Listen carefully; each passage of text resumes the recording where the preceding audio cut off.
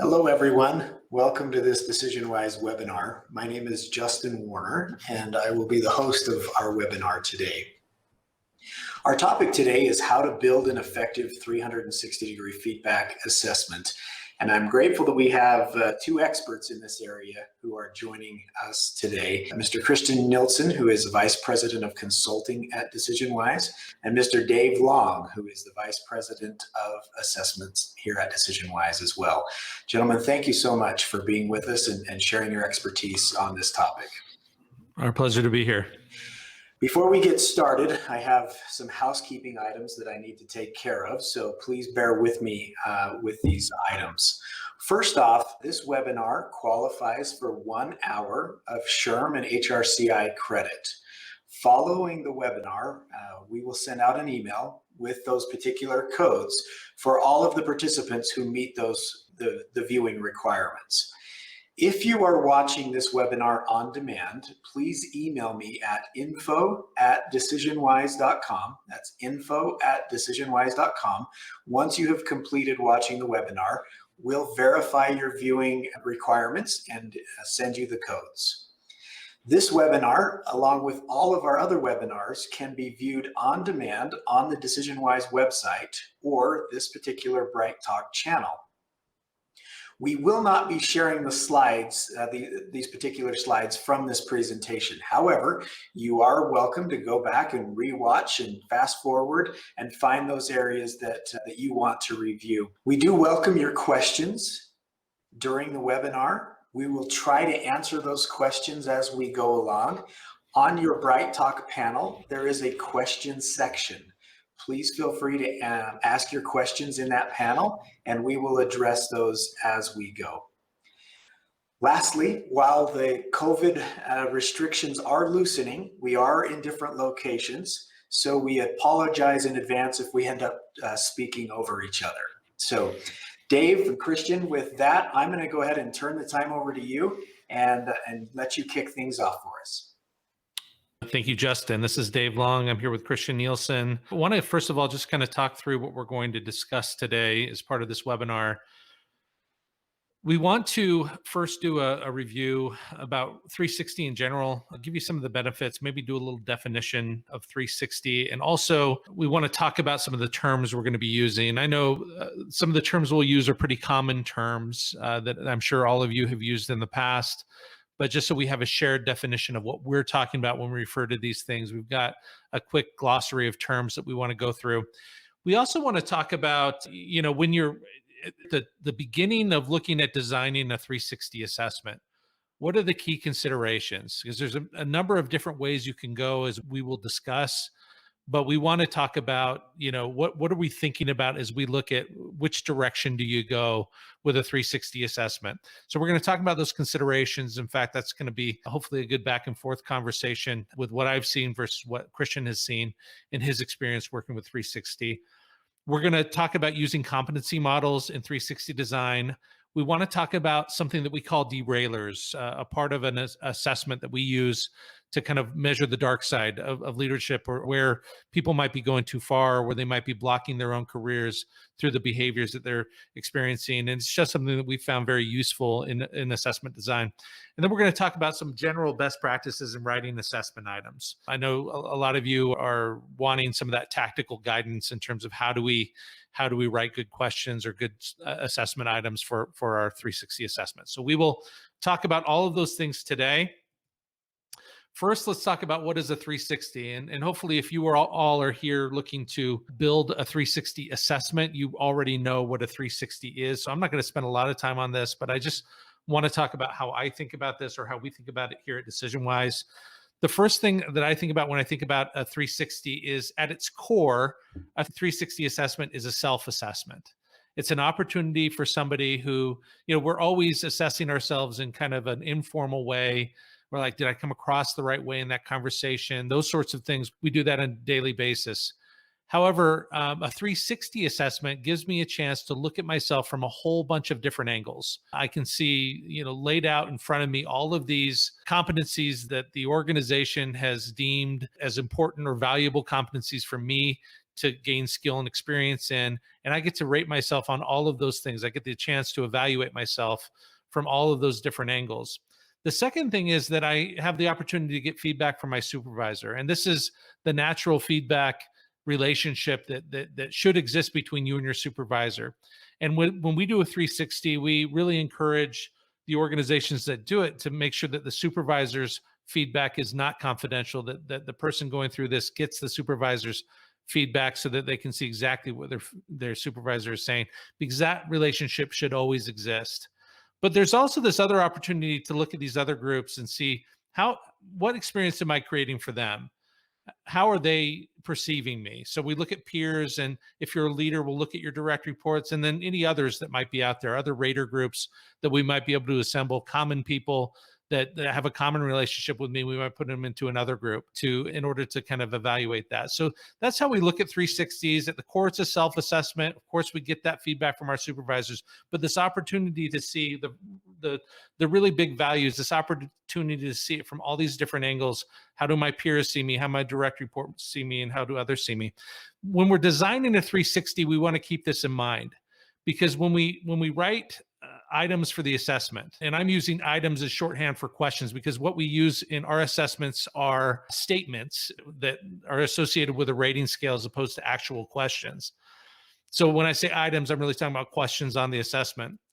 But when we write an item on the assessment, we want to make sure that each of these rater groups would be able to educatedly answer that. So there's some things that direct reports could maybe answer that peers could not answer, and so forth.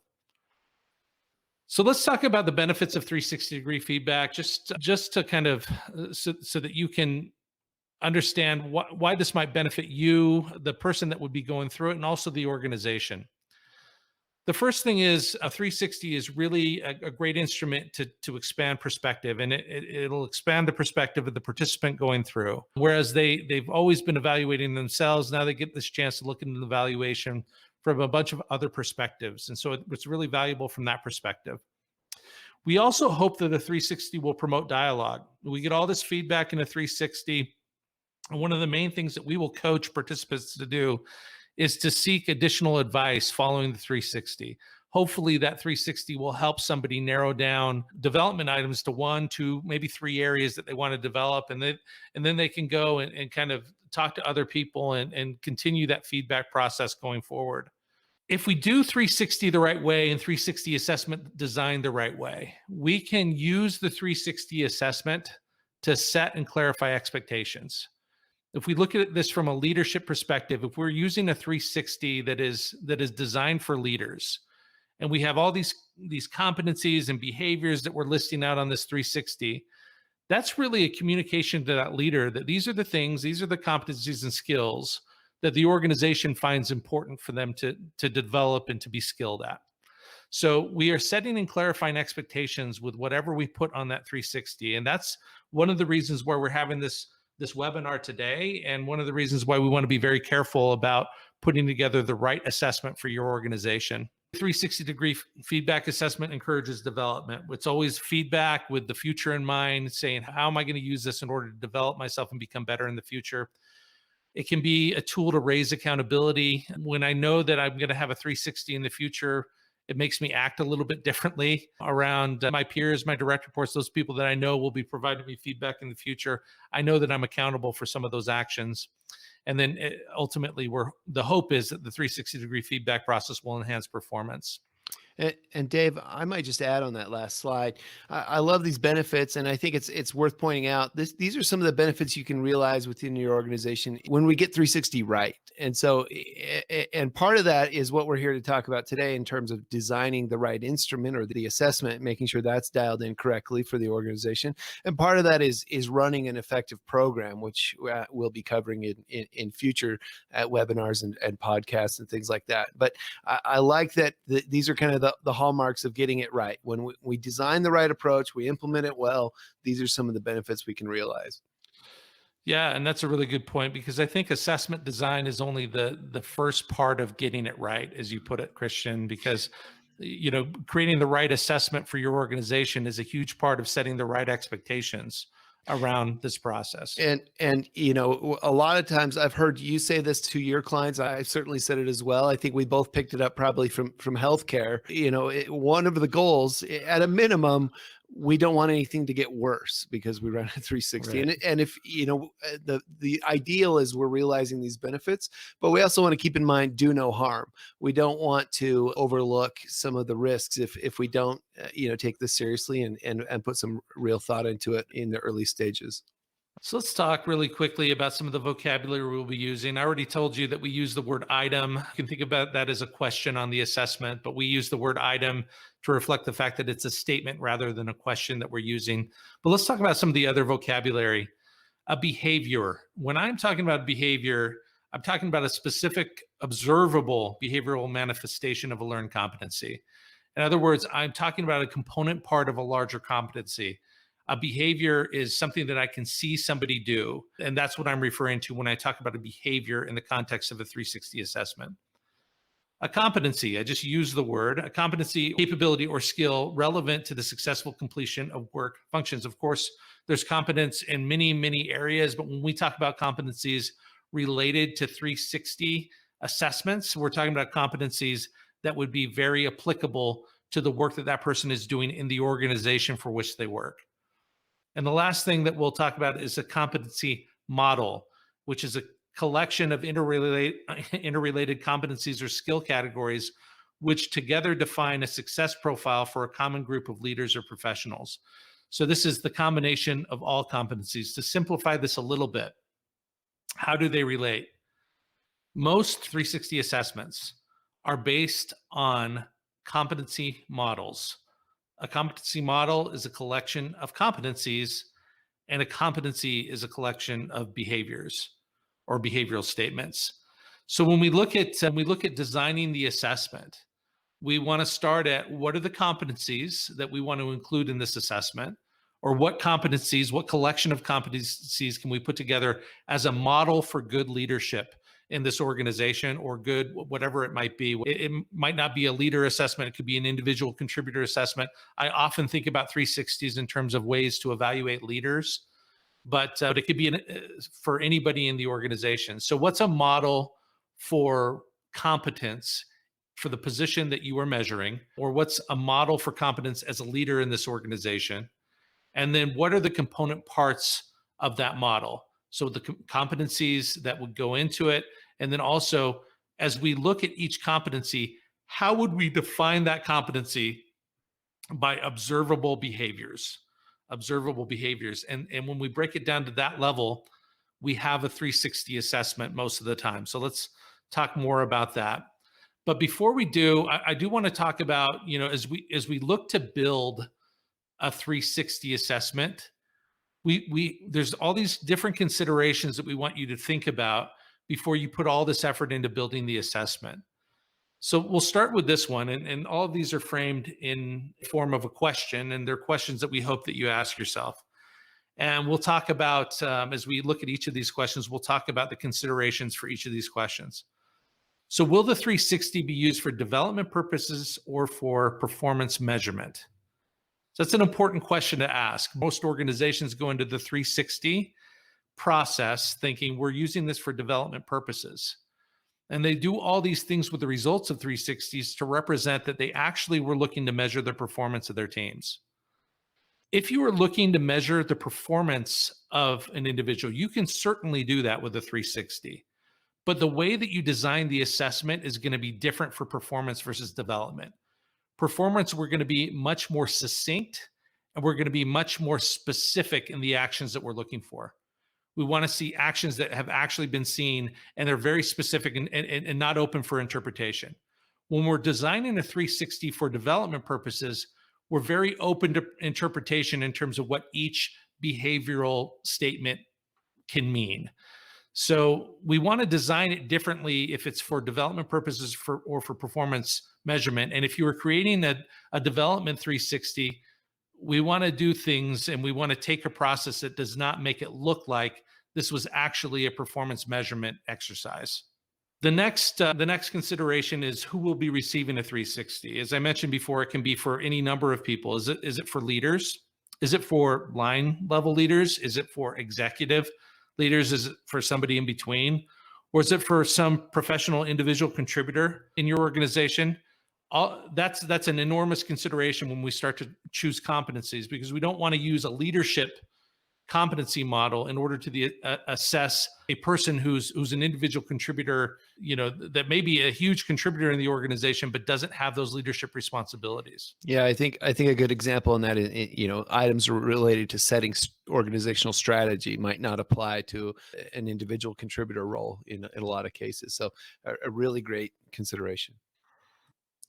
The next thing you want to ask yourself is how many people will participate. When we talk about participants, we're talking about the people that are receiving feedback, or they're receiving the 360 on themselves. And the consideration is this assessment going to one person or a few people, or is it going to many people?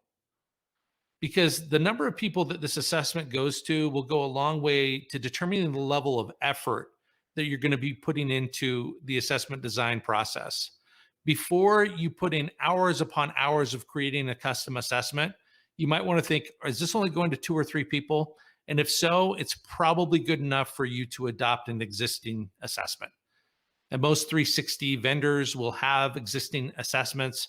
I know DecisionWise has assessments that we're very happy with for leaders at all levels, and also for individual contributors. So before you just say, I'm going to put all this effort into creating an assessment, it may be that you may be looking to take an assessment off the shelf and say, we're only using this for a few people, therefore we're doing it. If we're using it for a wide swath of the organization, if a lot of people in the organization are going through this, that's an opportunity for you to step backwards for just a second and say, all right, this is going to many leaders in this organization.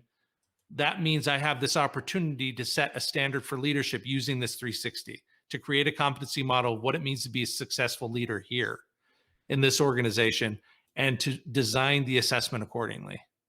So you want to think about, is it for a lot of people, or is it just for a few people? And the amount of effort you put into it is going to be determined by answering that question.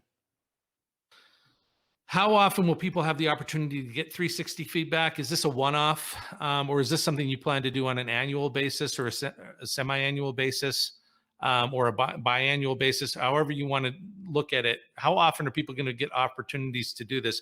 If it is a one-off and we're not planning on having any sort of follow-up, then it's less important what we put into the 360. And I think on those one-off processes, it's okay to use a more off-the-shelf 360 and focus more of your attention on the development after the 360 rather than on the development of the 360 assessment.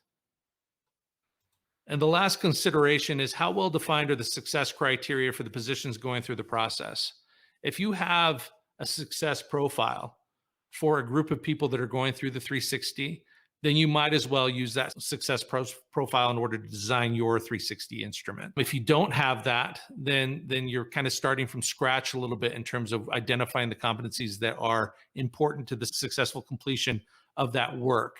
But if you already have a success profile, then you may want to think about starting with that success profile as a starting point for your 360 design. Dave, before you jump to the next section, can I just quickly answer a procedural question that came through? So the question came about, how do we get credit, SHRM or HRCI credit for this? Everyone who completes the viewing the webinar, we will email out the credit codes for everyone who has completed the webinar. Okay, thank you, Justin. All right, let's talk about building a 360 assessment and how you might approach it. So the first thing that you could do, an organization could do, or you as the HR leader, or you as the person that is administering 360s in your organization, the first thing that you could do is use a standard assessment. I've already talked about that a little bit. So that's one option. So all the rest of this conversation may be moot to you if you are going to use a standard assessment. Nevertheless, I encourage you to hang on for that HRCI credit at the end. I'm just kidding. I think it's all useful discussion, but it may be that we get to the end of this discussion and you say, you know what, what's right for me is to just use a standard assessment. There's also the possibility that you would create an assessment from a competency library, and we'll talk about that and how to do that. This can be a much easier process in terms of if you wanted to create a custom assessment for your organization using a competency library that's already established can be a very helpful tool in creating that assessment. The third thing that you could do is establish an assessment based on your own competency model. If your organization has a success profile or a competency model, or maybe you have behavioral anchored rating scales already in place for leaders in your organization and you want to borrow from there, that's great. We absolutely encourage you to do that. Establish your own model, especially if the success criteria in your organization are particularly unique. If the competencies that you need to develop are particularly unique, then it may make a lot of sense to establish your own assessment using the competency model that you have internally. And the fourth option is one that a lot of organizations take, which is to take a hybrid approach. We're not using a standard assessment, but we're borrowing from it. We're taking from a competency library. We have some competencies internally that we use. We have some values. We'll talk about that as well. So let's talk first about creating a 360 assessment from an existing competency model. I'll jump in and walk us through some of this. So when to adopt an existing model? An existing model fits well with the kind of when an existing model fits well with the kind of culture you want to establish or reinforce. So if you've got some other initiatives around building a culture, nudging an existing culture to a few different strategic directions, then you might want to adopt an existing model that aligns well with that. If there's a need to launch 360 assessments very quickly, you might want to leverage an existing competency model. And we'll show you an example of an existing competency model that we've developed that we use with many of our clients. You only plan to run a small number of people through the 360 experience. Dave mentioned this before. I think it's a really great call out. If you're not looking to run a robust 360 program, or this isn't something that you're going to be expanding and rolling out through the entire organization, it's just, ad hoc 2 or 3 here or there, maybe a few a year, then you might just want to leverage an existing competency model, something that gets you most of the way there. That might be a more worthwhile exercise versus developing a completely custom model for your organization.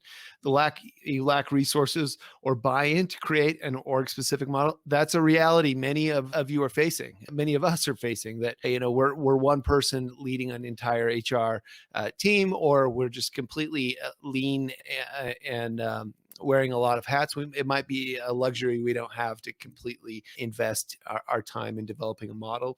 And then there's interest in, you lack resources or buy-in to create an org-specific model. Sometimes we have to leverage an existing model to introduce 360s into an organization to build a level of trust and comfort and also prove the value of the exercise before we can take it a step further and build a custom model. I have a number of clients kind of in that range right now. They're on a journey to taking this further. And then this last one, there's an interest in external benchmarking. That's one of the benefits of leveraging an existing model, like the one we'll show you in a moment, that you can use external comparisons. We've run thousands upon thousands of leaders at different levels of an organization through our standard assessments, leveraging our competency model. And so if you're looking to compare your internal leaders against some external standard, that is one consideration with using something that's proven and already existing. And that's a conversation I actually had recently with an organization, which is, look, they maybe felt like, hey, we're unique enough that we want to create our own model or our own assessment to measure our leaders. But there was very high interest in the leaders to see how do I compare with leaders outside of this organization? And there's definite value to taking this assessment and saying, how do I compare to the other leaders in my organization, which you can always do. Internal benchmarking is always available on a 360. If you use consistent items across a large group of people, then that internal benchmarking will be available. But there are times when there are unique cultures or organizations that could use their own competency model, but their desire to see that external benchmarking is high enough that they would just go with an existing 360 assessment, use the one that's off the shelf, because that's the one that's going to have the greatest comparison to external people. Right. And I really love the call out that if this is new to your organization, that's often a really great way to get going, introduce the concept, get the value, use those external benchmarks, and then make a decision. Do we want to go a bit more tailored to our needs and really focus on those internal going forward? Okay. So I'm sorry, go ahead, Christian. No, go. I was just going to say, maybe it's a great opportunity to take a look at what we use as our internal competency model. Right. And essentially, this is the competency model we use. Now, remember, when I talk about a competency model, I'm saying that this is the model from which we base our assessment, our 360 assessment. So we try to simplify this as much as we possibly can, and we create these three larger categories, which we say, look, a leader, an effective leader, and this is for the leadership intelligence assessment that we run. So it is geared toward leaders. We also have others that are geared toward individual contributors, but this is geared toward leaders. So we say, look, there are three basic things that we're looking for from a leader. One is that we want them to get results in their area, whatever they oversee. We want to see that they are tactically running the team in a way that produces results. The second thing we want to do is, look, if there are changes that happen, we want to make sure that they are effective at leading change and bringing people along in the change process. And the third thing that we want to make sure that they do is that we want to make sure that they engage their people. So we have these three major competencies or foundational competencies that we use, but we say, look, in order to get results or lead change or engage people, you have to be good at a few things, right? So we have, in getting results, we have a number of competencies that maybe we would consider to be sub-competencies of this larger competency of getting results. Things like having professional expertise, being results-oriented, empowering people, holding people accountable, focusing on the customer, all things that we would put into the category of getting results. And in leading change, we have aligning people to the organization, change management skills, collaboration, innovation, all skills that are related to leading change and engaging people. We're taking care of the wellness of people. We're refining our interpersonal communication, developing others, creating psychological safety, and we're engaging. We're using engaging leadership tactics. So we have a model that we use that we think is a pretty good model that we can take almost anywhere and would be applicable.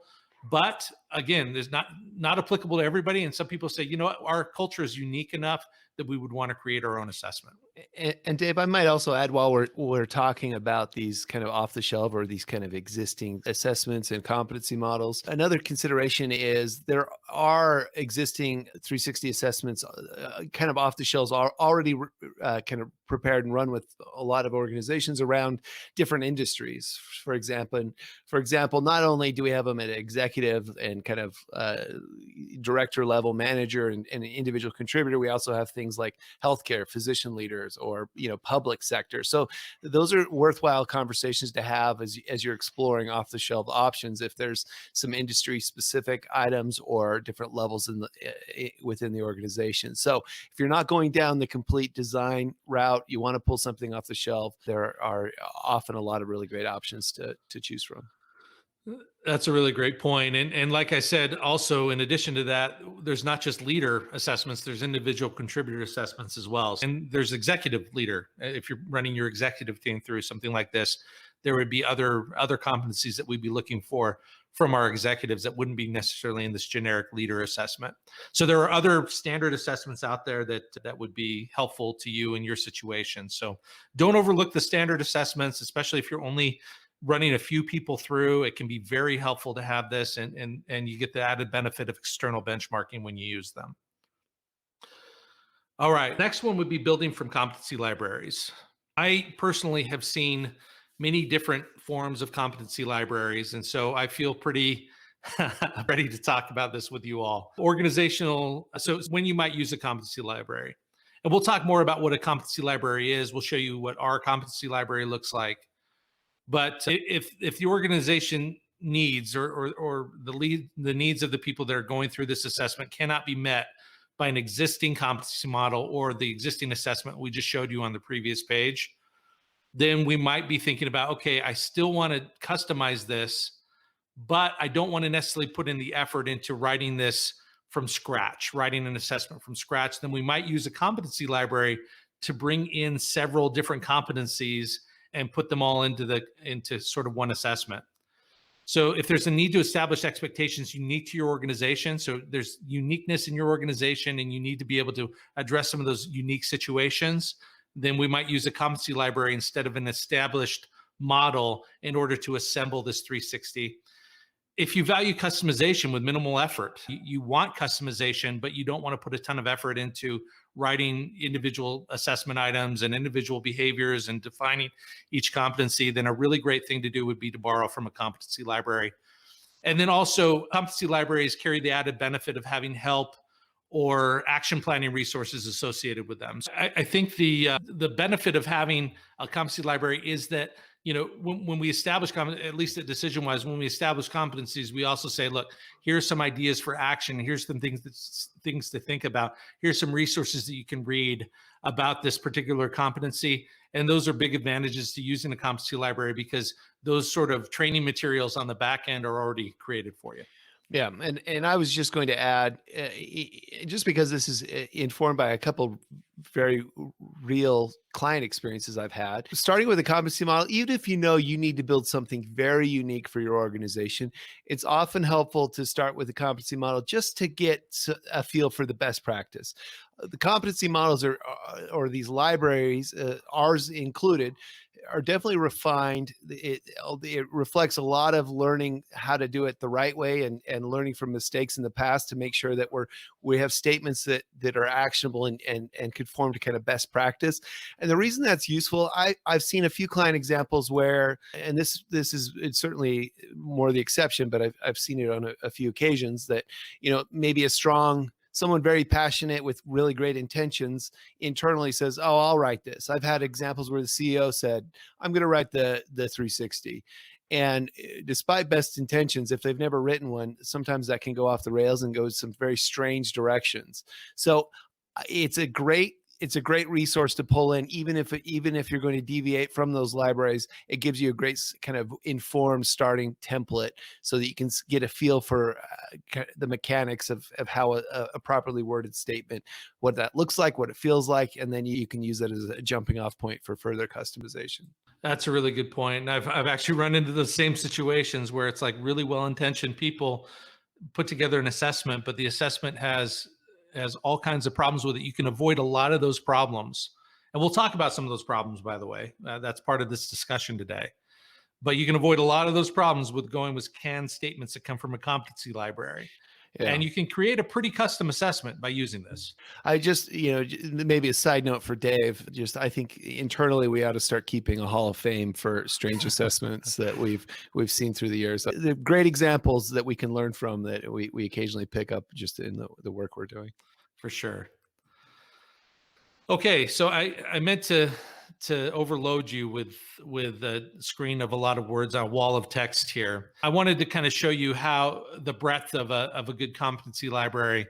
Honestly, at DecisionWise, we've been doing 360s for over 20 years. We went through the process of assembling a competency library because we saw some of the other libraries out there, and we thought that they were woefully insufficient in terms of being able to use that competency library in order to create a 360 assessment. So when we created our library, we cast a very wide net in order to say, look, let's err on the side of including too many competencies in this library, so we cover almost any situation that an organization could run into. So each of these competencies we have will have 4 behavioral statements related to them. And what you would do is you would go through this and say, is it important in our organization that we have business acumen? Is it important that we have empathy? Do we need listening? Do we need negotiating skills or networking? Whatever it might be that you have need of, then you can pull those in and you'll have a pretty good group of behavioral statements behind it in order to create an assessment. So that's the idea in putting together a lot of these assessments. And we try to modernize some of the competencies that we use. For example, I've seen a number of competency libraries that don't include things like emotional intelligence or systems thinking, or some of these things that are kind of more modern competencies that we're looking for from leadership. We've included those in our library in order to make sure that we have something. But the point is, using the library can really simplify the customization process. And literally, a customization process could look like you going through a list like this and saying, these are the 10 things that I want in my assessment, and your assessment is essentially built at that point. So competency libraries can be very helpful. So let's give you a quick example.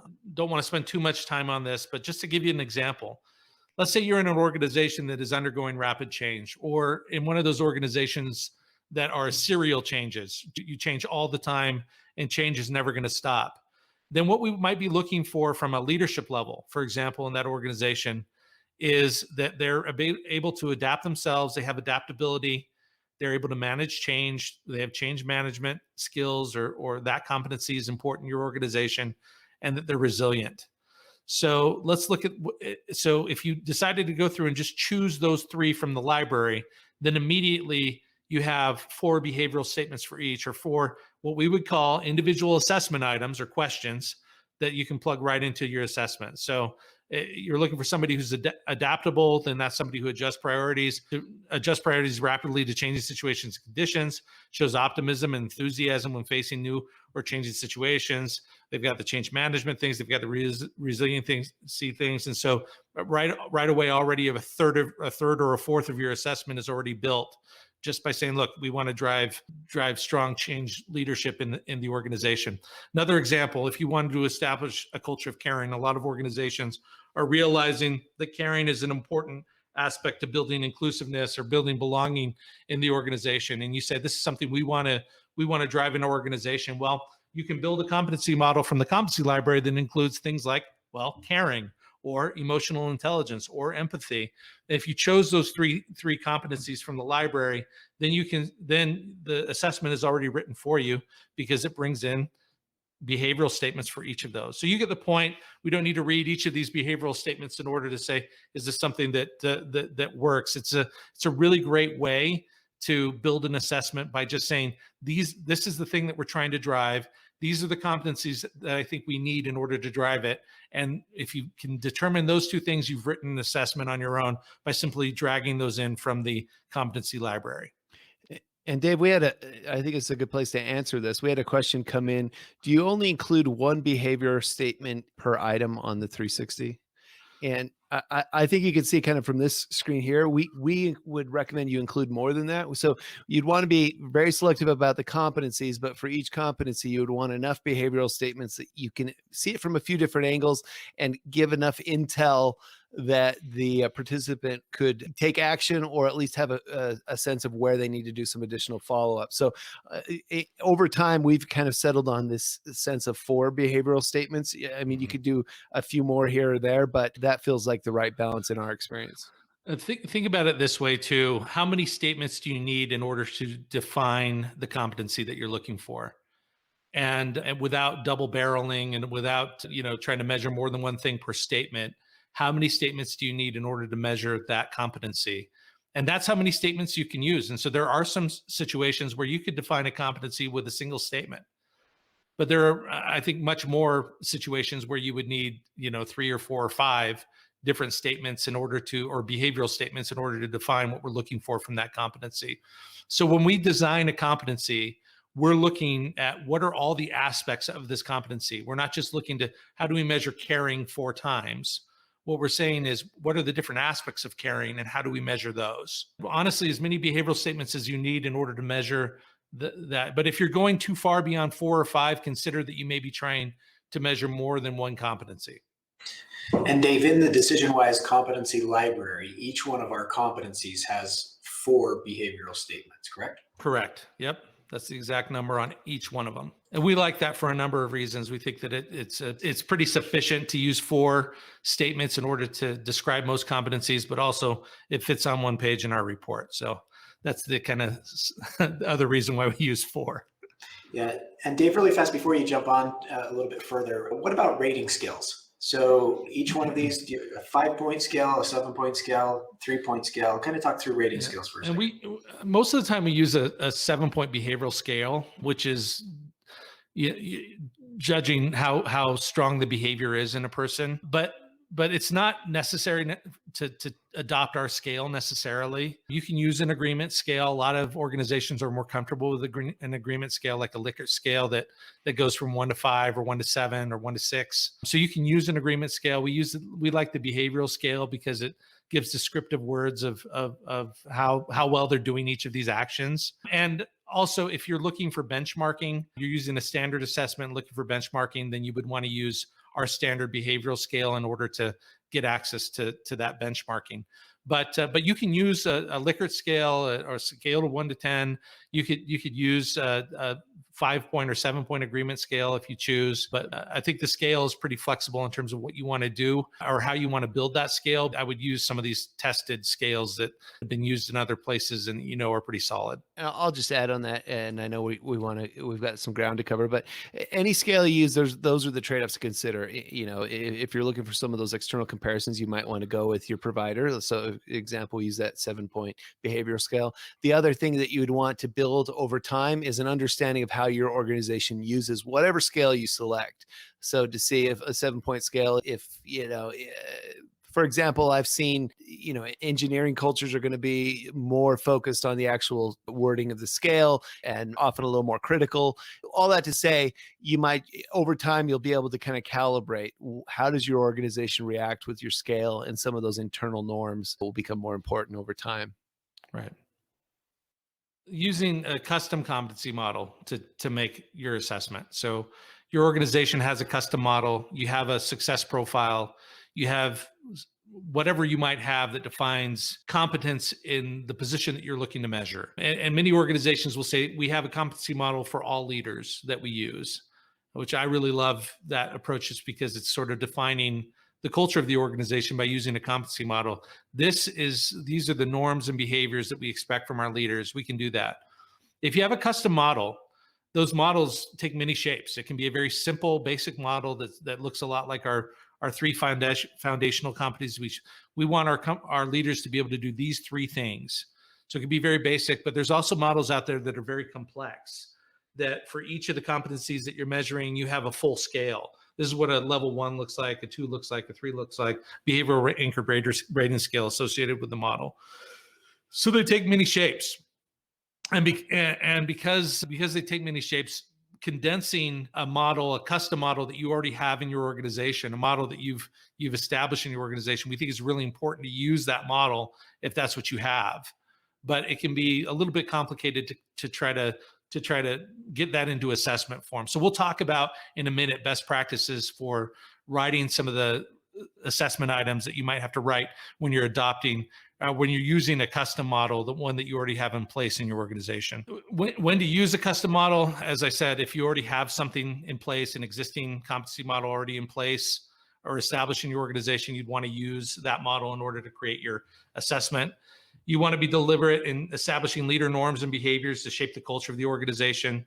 You plan to use the competency model widely in your organization. In other words, it's not just for a few leaders. It's to go out to pretty much all the leaders, or it's not just for a few individual contributors. It's for all of our professional working staff that we're doing this. Then we'd want to maybe adopt a custom model in that case. You plan to tie the competency model to hiring criteria and performance reviews. If this is part of a larger initiative to say, look, we need to develop this success profile in our organization, and we're going to do that by running the 360 and also hiring for this success profile and also in our performance reviews, then we want to make sure all those are aligned. We wouldn't want to go rogue with the 360 and measure different things than you're measuring in these other areas. We'd want to align those things. And then the last reason why you might want to use a custom competency model is that success in your organization is difficult to define using generic models or descriptions. And that includes the competency library that we just showed you. If it's difficult to define using that or a generic model, then you definitely would want to use a custom model in that case. Many organizations use a hybrid approach. They will combine some of these different things that we've seen. So success profiles that they already have, organizational value statements. So a lot of organizations will have a value statement that includes some competencies that you can put into an assessment. Other existing competency models, maybe they borrow from the DecisionWise model, say we want to use these 5 competencies from that, and then we're going to build some of our own things. They'll take a few things from the competency library, a few things from the model, a few things from value statements. You're getting the idea of how they do it. It's kind of a Frankenstein approach to doing it. And when I say Frankenstein, it sounds like it would be a disaster. But actually, I think that this hybrid approach is a really good approach for somebody looking for a custom model and looking to really establish norms and behaviors in the organization without having to go through the huge effort of writing everything from scratch. To be able to pull from different areas is I think a really strong approach to building a great assessment. Great. Hey, Dave, I know we got ground to cover, but I do want to just go back to that page really quick. Yep. You've mentioned several times success profiles. Can you just give some examples of a success profile and any tips and how you might develop a success profile? A success profile is essentially a competency model. And so what we've defined as a competency model is kind of what it is. Essentially, it is, these are the things that this is a profile of a person who's successful in this role. Yeah, I think that's one of the main points of this presentation. A lot of our clients come to us without I think a key realization that when you create a 360, you're also communicating to leaders what is expected of them and what you're assuming would exemplifies a successful leader in this organization. And so this success profile, terminology that Dave keeps coming back to, I think is an important part of this. It's what are those expectations we're setting? And there's different ways to derive that. One, you could look at positive deviance, meaning who are the winners in the organization? Where do you see some kind of role models that have really thrived in your environment and kind of embody what you're looking for? And how would you describe or characterize their performance? And if you can get a large enough group there and really kind of surface some of those competencies that way, oftentimes it's aspirational. So for example, there'll be some kind of core universal behaviors that you would work at many organizations. There'll be some things that are unique to your organization. And then there would be also some aspirational items. For example, a lot of organizations are pushing a greater focus on innovation and creativity. And so we might put a few of those things in there to try to nudge or encourage leaders to develop some behaviors that haven't historically been part of the organizational culture or expectations. So a lot goes into it. You can survey, you can focus group, different ways to get there, or you could just take a very surface level approach and observational kind of input to get there. Yeah, it's interesting because I think most organizations don't lay out a very clear success profile for leaders. And Christian and I both work with organizations on more organizational level surveys where we're surveying about employee experience generally. And we see that a lot of people in the organization are having a hard time or their experience is poor when it comes to receiving feedback from their managers. And it says that on the assessment, and the leaders kind of throw their hands up and say, well, what do we need to do to get people to give feedback or to have managers give feedback to their employees? What do we need to do in order to do that? And the question that we'll often ask is, well, what expectation have you set for how, when, and how often you provide feedback to your employees? And they say, well, they just know they're supposed to do it. Okay, well, how do they know? Well, defining a success profile can let them know exactly what you mean by providing frequent quality feedback to your employees. And that's what we have the opportunity to do as we build this assessment. We have the opportunity to define what does success look like, to put it right in front of our leaders and have them rate themselves on it and have them evaluate themselves against that success profile. So when I say success profile, it's kind of shorthand for competency model or for a series of behaviors and skills that we are looking for in order to deem someone a successful leader or person in this position. Okay, I'm going to go quickly through this. This is something we include in our assessments as derailers. We've talked about including competencies. We also include these things called derailers. And essentially what we're looking for is in the derailers, these are items that are included in our assessments that are negatively framed. So they use a reverse scale. And we're looking for traits or behaviors that may block short or long-term success. And one of the things that we look for with derailers is they can create awareness of blind spots. And often derailers are strengths that are carried out to an extreme. So let me give you some examples of derailers really quickly. So one of the derailers on our assessment, common derailer we use is micromanages. And we define that as overly controlling or does not empower others, or volatile, loses temper or patience quickly, lacks confidence or arrogance, right? So these are all examples of derailers that we might use. What we're looking for these is not just areas that they're falling short in. Sometimes these are strengths that are taken to an extreme. So we want managers who can manage very attentively, but not to the point where they are micromanagers. We want people with a lot of passion and a lot of zeal for the work that they do, but not to the point where they become volatile. We want people who are humble, but not to the point of lacking confidence. And we want people who are confident, but not to the point of being arrogant. So you can see that a lot of these are just manifestations. So it's okay to have a little bit of a score in these derailers, but when we take it too far, that's when we're seeing a blind spot. And the nice thing about the derailers is it's a check on the competencies.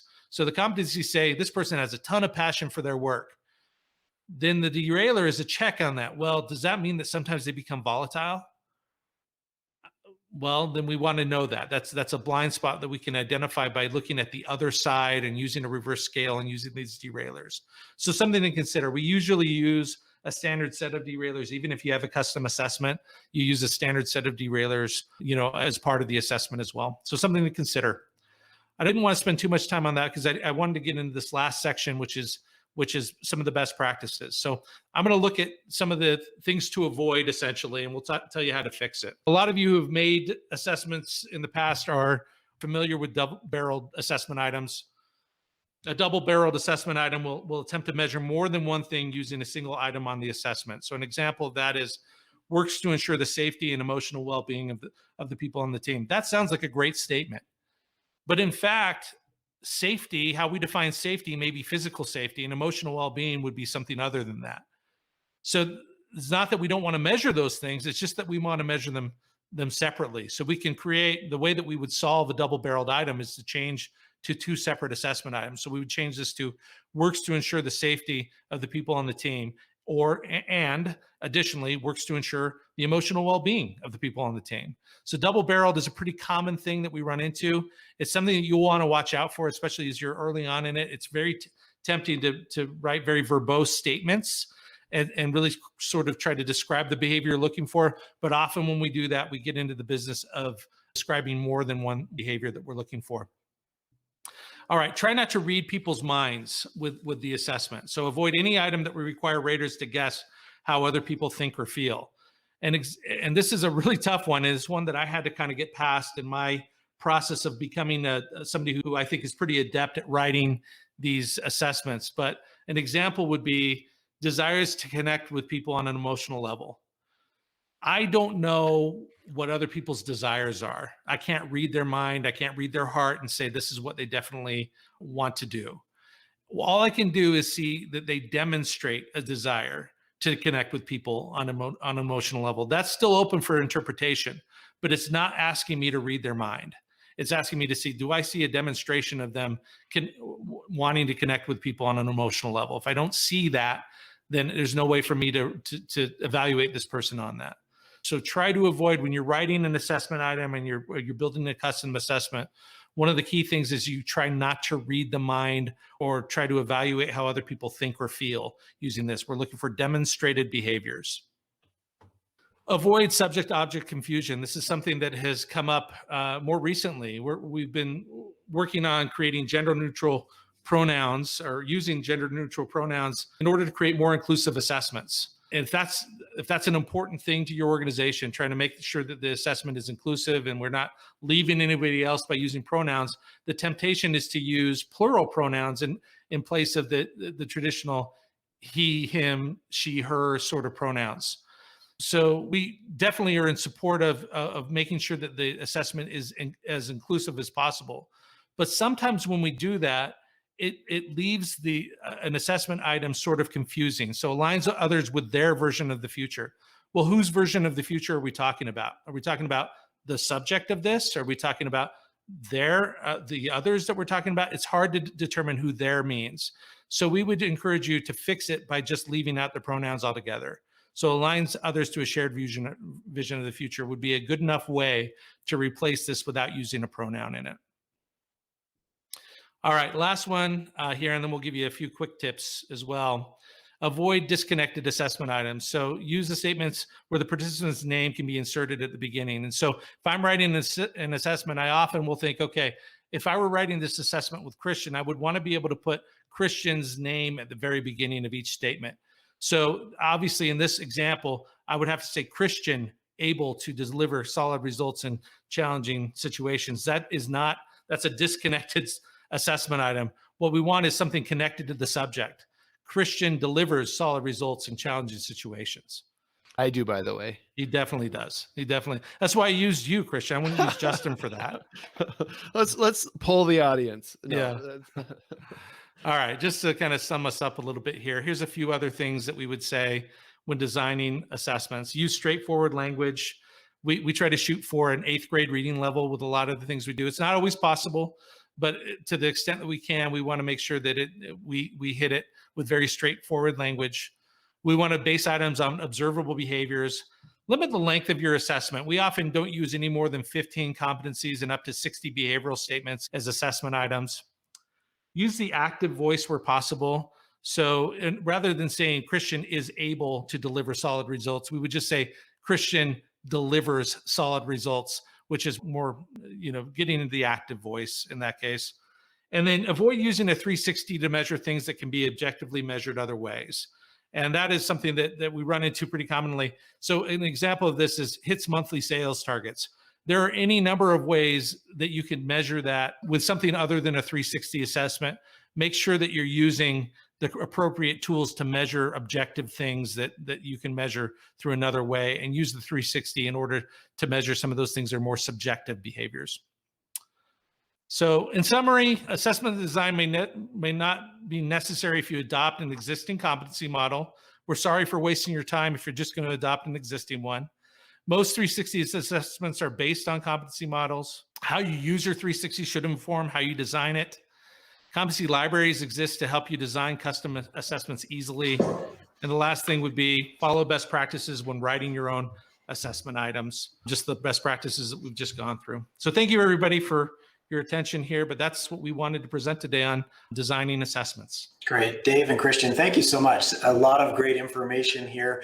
Just a couple of quick questions that we weren't able to get to. Typically, we have 10 to 12, 13 derailers on our assessments, and our questions usually range with the derailers right around 60 questions. We've also included open-ended comments on these assessments as well, is usually what we will see from the DecisionWise assessments. So thank you all for being a part of this webinar. Hopefully the information's been great. Again, you can rewatch it on demand on our Bright Talk channel or on the DecisionWise website. Dave, Christian, thank you so much. Thank you everyone for participating.